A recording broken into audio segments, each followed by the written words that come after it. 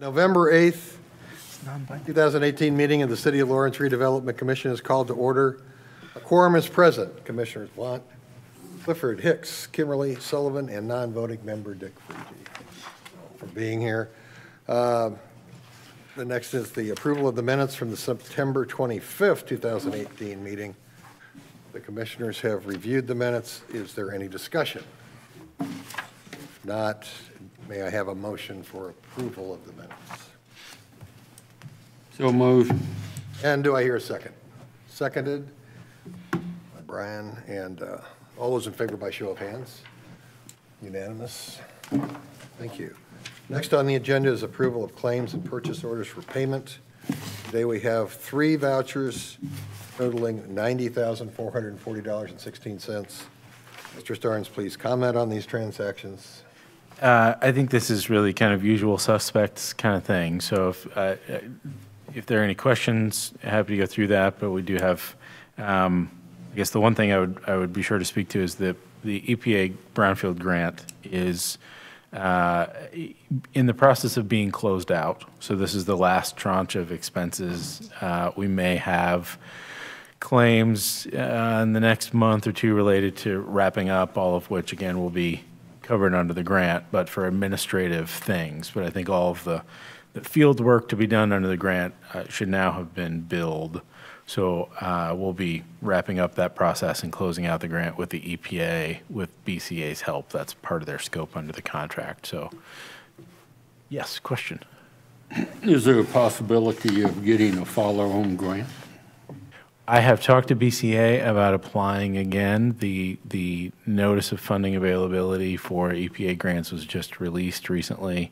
I think that puts applications due in January or February, but we've talked about whether we could sort of put an application together. It is certainly a handy tool to have. We've shown some good leverage from the grant funds that we've utilized, both from Meyer Plastics and Mission Mechanical especially. So I tend to think it's a great tool to have. And again, all the expenses are 100% reimbursable. So part of me is, I'm primarily thinking, why wouldn't we apply again? But I think it does take some evaluation about need and what sites would we target and things like that. So I would anticipate that'll be an ongoing conversation with the BCA. And before we would apply, I would ask for approval to do so. Other questions? I guess I do. I've kind of noticed that we spent a lot of money with Bruce Carter and Associates, and I was wondering, do you have a general idea how much we spend with them a year, and do we get any other estimates? Well, so Bruce Carter and Associates is, we back up a little bit. So prior to this commission, and really prior to Mayor Collier, this administration, the City of Lawrence the Redevelopment Commission was awarded an EPA grant that they applied for, that then the prior administration, bid out and contracted with BCA to run the grant and do all the work thereunder. So all the stuff that we pay BCA for, they've previously been procured, and their scope included all of the work under the grant, including administration. So everything that we've paid to them has been completely funded by the EPA grant. And normally, to follow federal procurement guidelines, we would. That's all kind of front-ended through an RFP for those services, and I think that's how it was done. Is there was an RFP, they took some bids, they selected BCA, and that's why we've been working with them since. And I would anticipate if we were to do it again, it'd be a similar trajectory. We'd put an application together, and then if we were awarded a grant, we would do an RFP for services to both administer it and do the technical environmental work under the grant. And it tends to be a much easier administrative process to do that one time and pick a consultant that we know we can like and work with to run the whole grant. So I think we're seeing the closeout of the end of this current one, and that's why it's been just BCA the whole time. Okay. Thank you. Is there a date that we have to be out of this by? Tim? Yeah, all of the work had to be completed by end of September, I believe, and then we have a period of a few months to administratively wrap things up.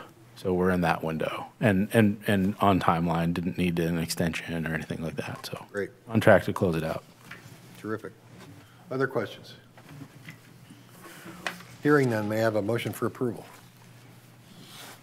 By Brian and seconded by David. All in favor by show of hands. And it's a unanimous. Thank you.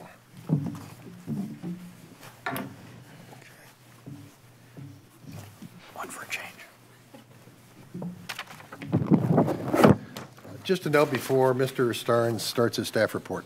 In the last meeting, it was mentioned that Bill Anthony, the Director of Department of Public Works, would be at this meeting to update the commission on the Franklin Road project. You'll notice that Mr. Anthony is not here. This update will be provided at a later time. And we don't know what that time is at the present time, but it will be. Secondly, at the last meeting, the discussion of 4399 Shadeland and development of the Cato property on Ferris Street was introduced. Mr. Starnes was to create a memo for the commission with possible options available for the parcel. This memo and the continuing discussions will occur at a later time due to the potential advent of additional considerations, which are in the process, actually, of being defined. Did I say that right, Cam? I think that works. Good, great. And now to Cam's staff report. Yes, thank you. First up is the discussion of the Trades District Letter of Intent. I believe you've all had a chance to see that, and I would say a couple of things contextually first. One, I think the letter of intent which we received really serves the purpose of just establishing that there are two parties that are willing to negotiate about the context of it, or about the details of an economic development project in Lawrence, and providing some basic parameters that's set up as a primarily non-binding document, just to have some initial buy-in as to there's a project here worth pursuing that both parties agree is worth pursuing in these general particulars. So I think that's helpful just to consider that there's plenty of detail that would be sorted out in the context of a project agreement that is yet to be drafted and yet to certainly that would be approved in the future. The second thing that I would say is this commission previously did vote and approve the grant of authority to Jerry Clifford as president to execute this LOI when he's satisfied with the terms. So I think in terms of where we are, it's a matter of getting feedback from the commission about what form that needs to take before Jerry will execute. I've had some follow-up discussions with the company. I think we're very close. We're very much on the same page about some changes there too in terms of definition of the parties and number of employees and what type of use there will be and sort of minimum total investment numbers and those kinds of things that will inform then the next step being the project agreement. So I think you've all had a chance to see that. We've had some one-on-one discussions about the details thereof and continue to take that feedback before the president in accordance with his authority would execute the LOI and get us to work on the project agreement.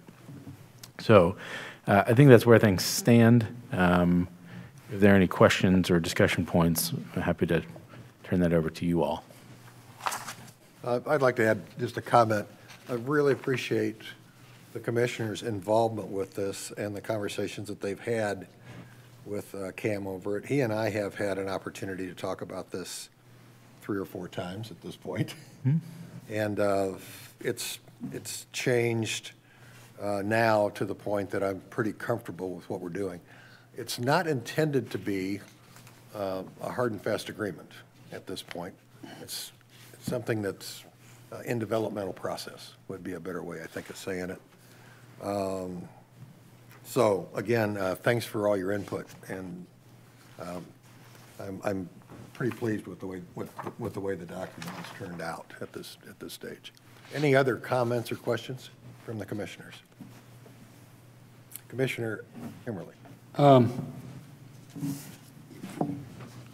One thing that I'm trying to figure out is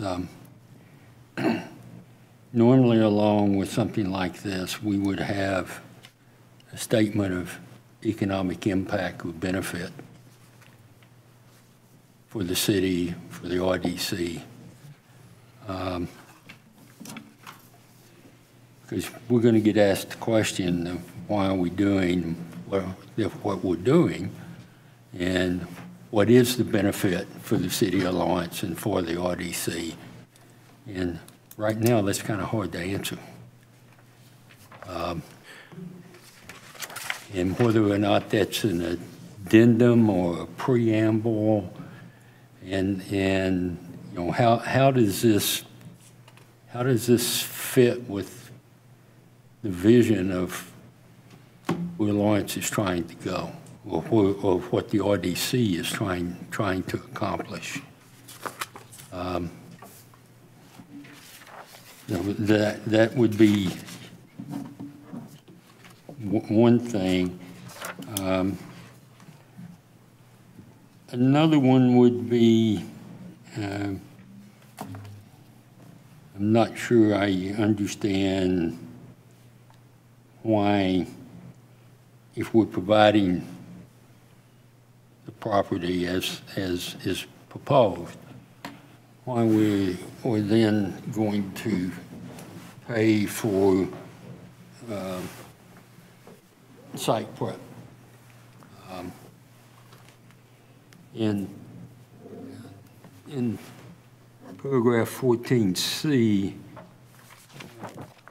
second line talks about the city of Lawrence, to imply also the RDC, is committed to provide all necessary development support. What we think is necessary development support, and what the buyer may think is necessary development support, can be miles apart.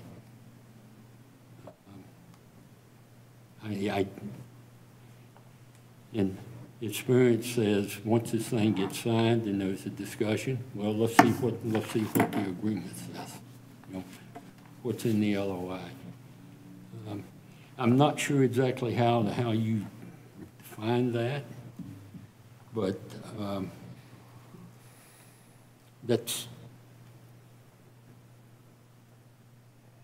about as open-ended statement as we can have. You can drive 5 Mack trucks through the adjacent to each other. So that concerns me some.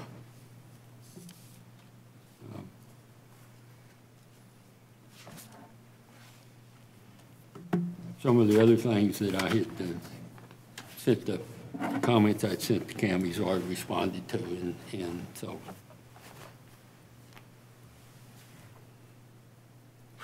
Yeah. Anything else?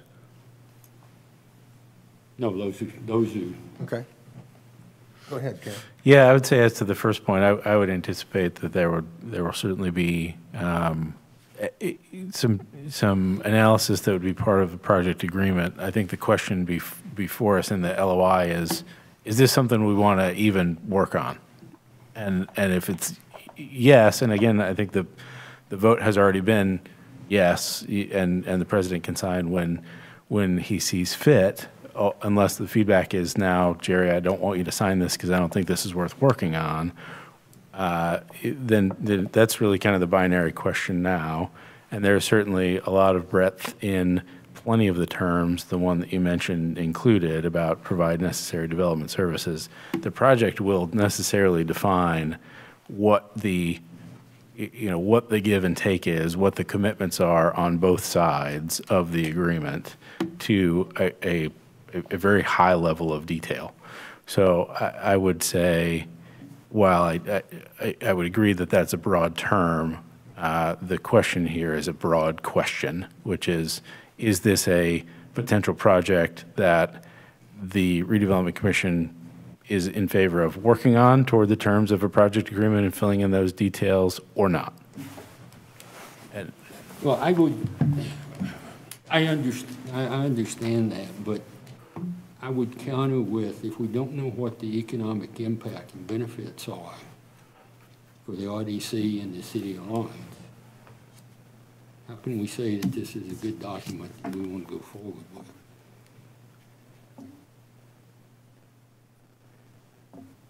And that's,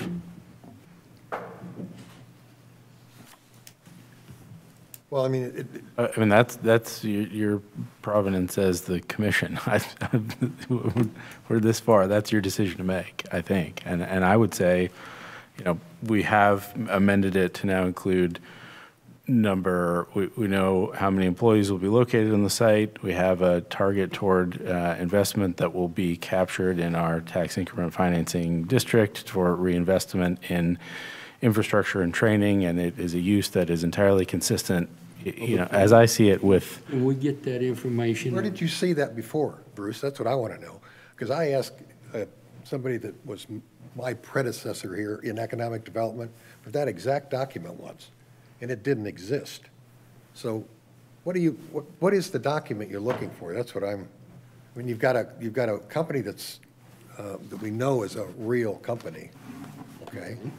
That has a number of employees, that's going to make a $4 million investment minimum, okay? We know what they do. We know how they interact. We know who they interact. We know how they make money, okay? We know how we're going to make money as a result of their making money. Is a one-page cheat sheet that says, you know, this company's valued at this. It's estimated that they're going to bring in this many jobs, and total payroll is going to be Y. Off of that Y, the city then gets some benefit. This fits into the benefit is yet undefined because the assessments, if you will, I mean, what you're talking about comes in the form of the project agreement. This is an LOI, okay? You're going to do the project agreement, aren't you? I mean, we're not farming that out, right, Cam? Right. Okay. We've got all the information to do that. I'm trying to figure out why you're uncomfortable with this. Where's your uncomfort? Where does that come in? I'm uncomfortable because we are proposing to give a company a piece of property that's worth X. Mm-hmm. What are we getting for the X? Well, I think that will be well defined in the project agreement. I mean, their commitments to us will be specified. Am I wrong in that assumption? So No, you're right. And if they're not specified to your satisfaction, then the project agreement never gets approved. And if we're saying that we could agree to get more this from and somebody else, and we walk out the door and somebody says, why did you agree to this? What's the answer? mm-hmm. I mean, I think the parameters of the answer are informed by not only the Lawrence Trades District Plan, which, you know, I think that's important context as well. We made a concerted plan to pursue a certain type of user, a certain type of employment opportunity for the citizens of Lawrence, and a certain type of economic impact, in contravention of what we know the market would want to put there, which is most recently, the call I got was fast food and a high-end car wash. And I don't know what a high-end car wash is, but I think we're on the same page in not wanting to see this property go in that direction.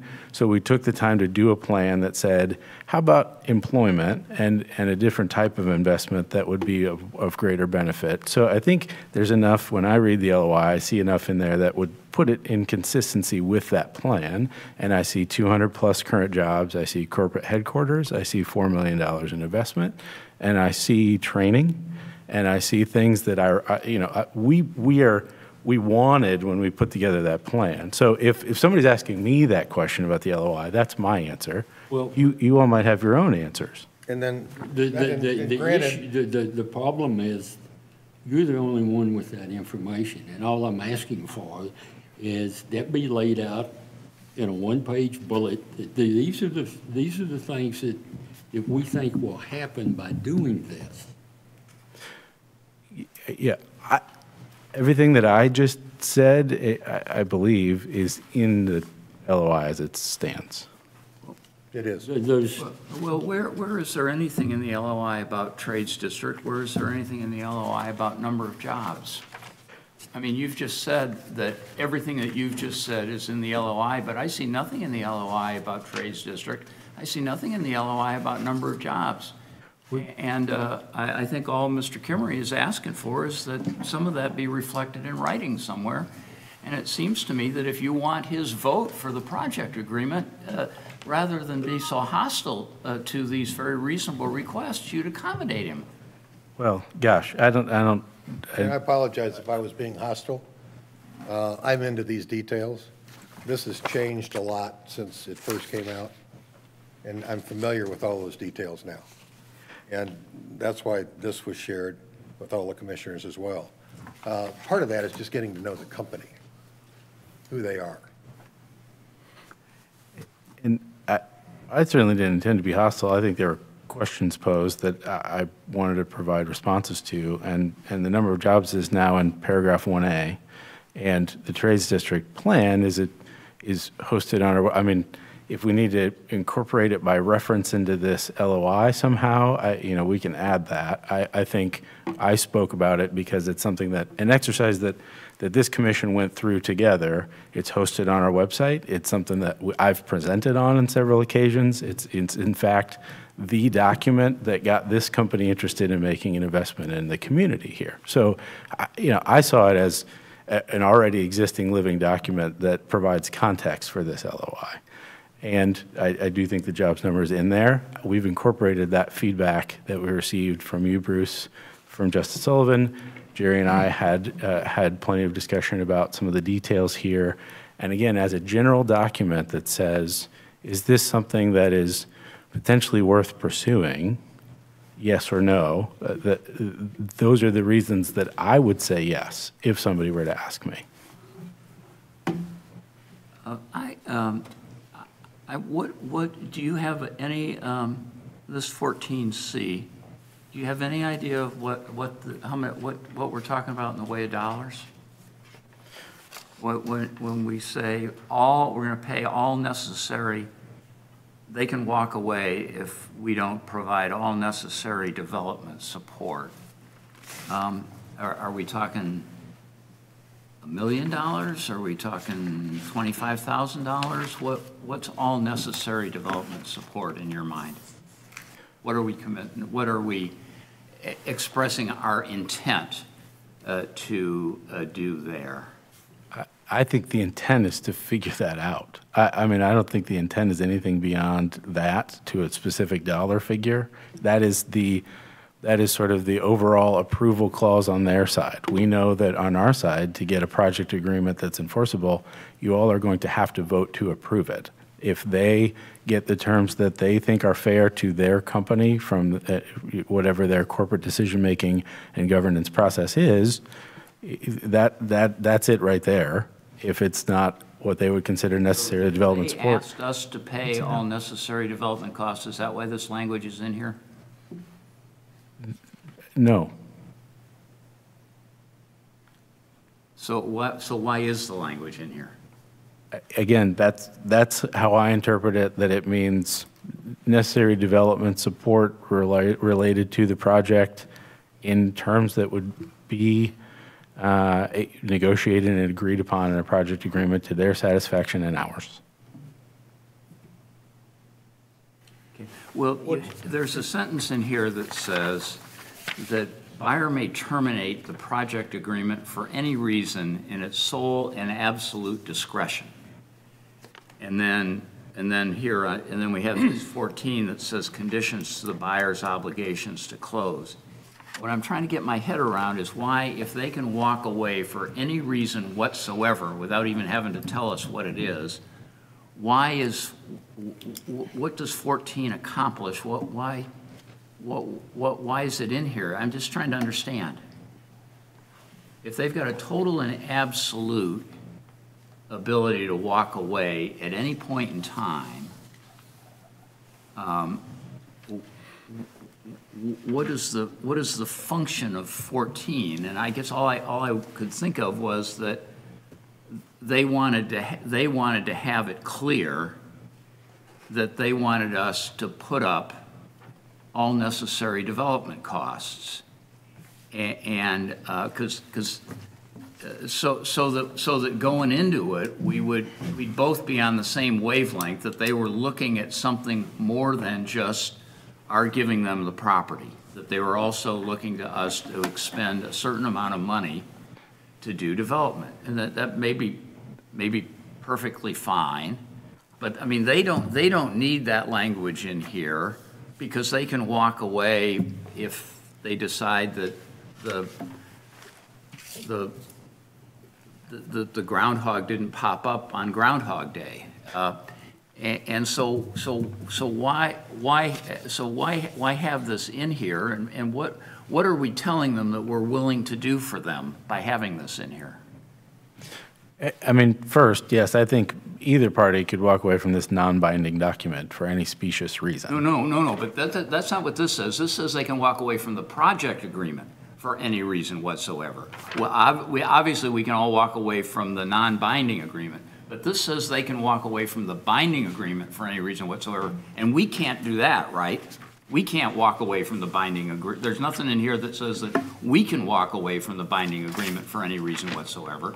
But there's no reason, whether it's in this or not, that we couldn't put that in the project agreement. And I also don't know that because it's in the LOI means they can walk away from, I don't intend to put together the project agreement that says that. You're making my point, and that is why have, if either of us can walk away from this at any time, and either of us can insist on anything that we want in the project agreement, why have certain things in here, but not be willing to put in certain things that Bruce has asked for?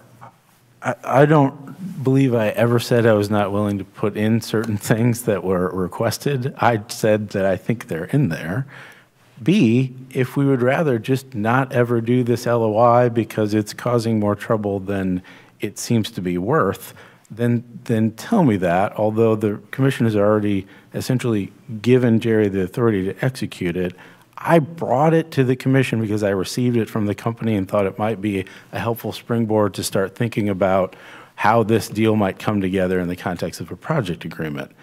Now, we've gotten a little bit into, I don't know that this discussion is helpful toward that end, and so maybe this shouldn't be pursued as an LOI. I mean, and if there is something specific that you would like to see in it or have a portion of it rewritten, as we've discussed, you can tell me that. Every piece of feedback that I've received as the non-author of this document from all of you, I've now incorporated into the document. So this doesn't need to be a back and forth discussion about why something is in there. If you would like it to not be in there or to be worded differently, you can just say that and I will change the wording. I would feel much better if the wording "all necessary" was taken out of 14C. I will delete all necessary from 14C and see what the company says. And then, in addition to that, This is the first I've heard of that. in addition to that, if we need there is nothing in here that says trades district plan, okay? And if there needs to be something in here that, I mean, in terms of why we chose to work with Freegee, I mean, the trades district plan has everything to do with that. I will incorporate trades district plan in whatever paragraph you see fit. Yeah. This is not, I'm not here trying to defend this document as it sits to you. Like that's what this is for. The number of employees is already there, the expenditure's there. I apologize for saying the number of employees was not there. No, that's okay. This, the draft that was circulated over the weekend didn't have it in it. That's correct. And several other things. This draft that was circulated earlier this afternoon, I didn't read carefully enough. And honestly, following my discussion with both of you, I added it. I mean, this is really just what does the commission need to see in there, and I'll add trades district plan. I'll strike that at 14C. I don't know what else to yeah, that's perfectly fine. And Bruce, after your and I discussion the other day, there were quite a few changes made. You probably noticed that. Yeah. Yeah.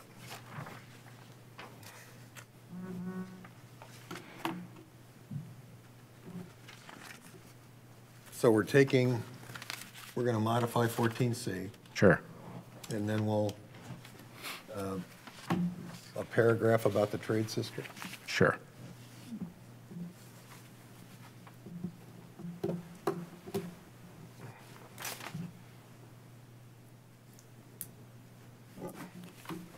Any other comments about the LOI? Just a little bit of lawyer points, if you don't object. Not at all. Paragraph 5, the fifth line, says following execution hereof. You may want to look at that. Do you mean execution of the LOI or execution of the project agreement? I'm not sure, but it might very well be following execution of the project. You may very well mean execution of the project agreement rather than execution hereof. I'm not sure about that. I just make that observation. And then I think in paragraph 21, there's a reference there to terminate the LOI as set forth in paragraph 4, it's really. 4, and I don't think that's right. It's 5. And then the next sentence talks about indemnity obligations under paragraph 5, and I think indemnity is paragraph 6. Those have been changed in the latest that was emailed out. I've changed those numbers already because I added paragraph number 1 in response to. As I said, I'm just trying to make this help. Sure. Well, no, those are correct now. Those changes weren't in the document that were sent around earlier this afternoon. Yeah, did you send another document? After we spoken about that 4 being 5 and so on? I think this is the one you just sent out. I'm looking at the one that has the 200 employees in it. Yeah. Yeah, There was another change. Well, it's up in the preamble. something like that, yeah. Yeah, well, This is the one I that have was sent changed around it. earlier this afternoon. I'm sorry, Cam. Say again, please. I have changed it. I think you're, no, Yeah, yeah, Okay. got it. Any other, It is changed, and I will ensure all the paragraph numbers are in I'm sequence. just trying to be, is there anything else along those lines? no, sir. So, Cam, tell me what the customer, in this case, 3G, tell me what their expectations are concerning this. Timing, when the project agreement would start, et cetera. Right. No, I think the expectations are that the execution of this document would be a signal that we have some work to do on a project agreement and some particulars to satisfy both their board and this board, which I will draft. And I think their project timeline, based on their current lease and construction schedules, et cetera, would likely look like some work beginning in the summer of 2019, especially related to site work, and some vertical construction beginning potentially later that year or early in 2020, and a move-in date in 2020 for full occupancy relocation. It's likely, with the site work, close to a year-long construction project.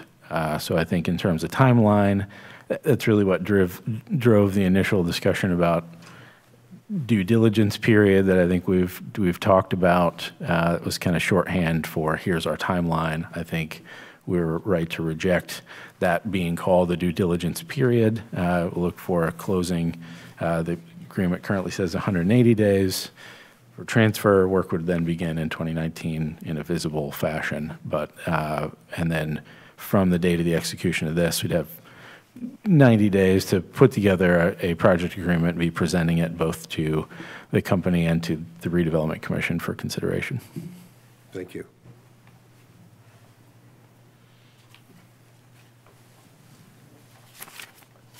Any other comments, questions? Thank you for the discussion.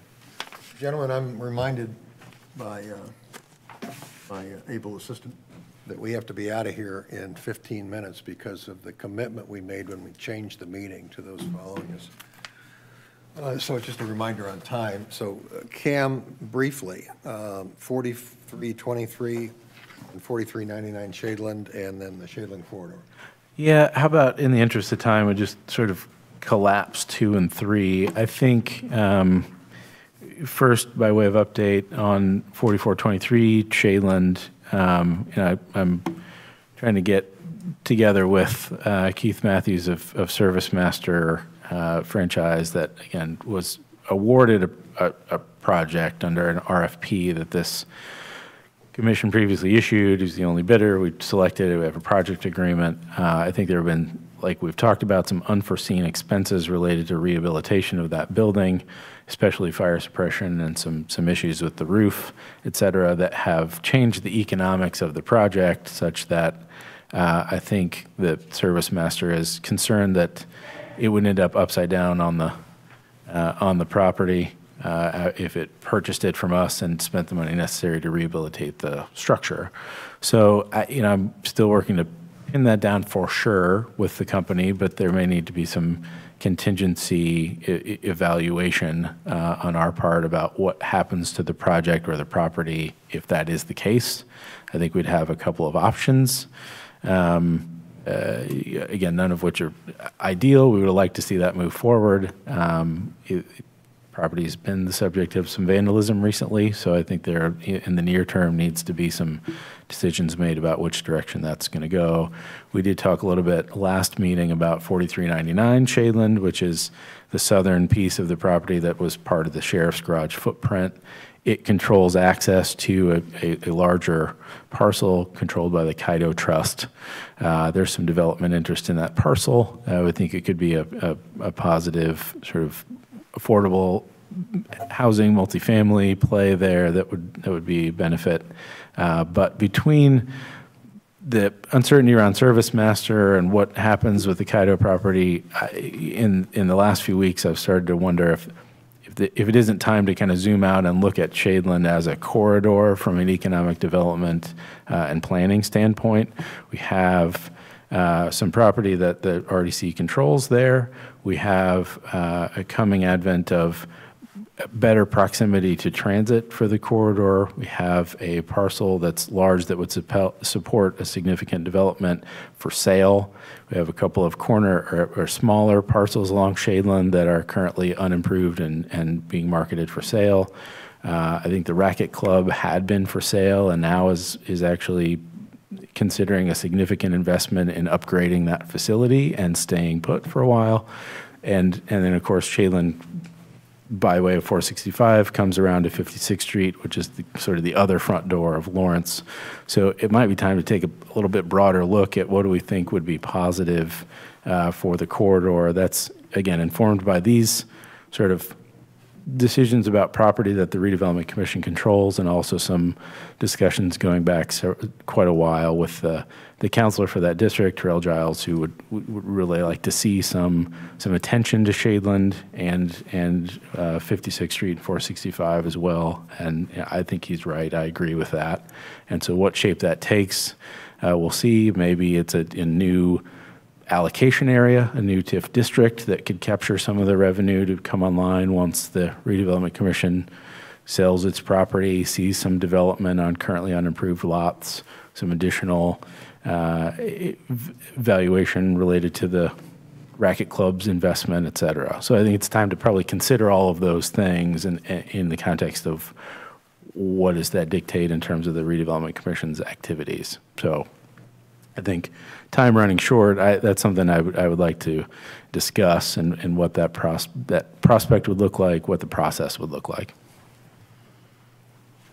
And so back, I mentioned earlier that the note that Cam was going to have for this meeting that's the reason for all that. I think that's an excellent idea. Take a bigger Take a bigger snapshot and look at it in totality. Yeah, I think so too. I'm with you. Nothing under new business, in the interest of time again. Our next meeting for the commission was scheduled for December 4th, 2018, if you'll recall. We chose this date, and it was checked out as a placeholder, should a December meeting be required. Having met and discussed some things with staff, we think that might be a good idea because of the key thing coming up. Could change everything on Changelet, for example.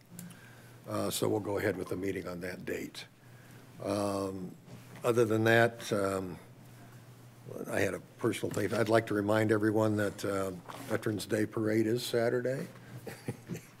And it will be downtown in Indianapolis starting at the corner of Michigan and Pennsylvania at noon. It's supposed to be 35 degrees at the time, so if you decide to participate, dress warmly.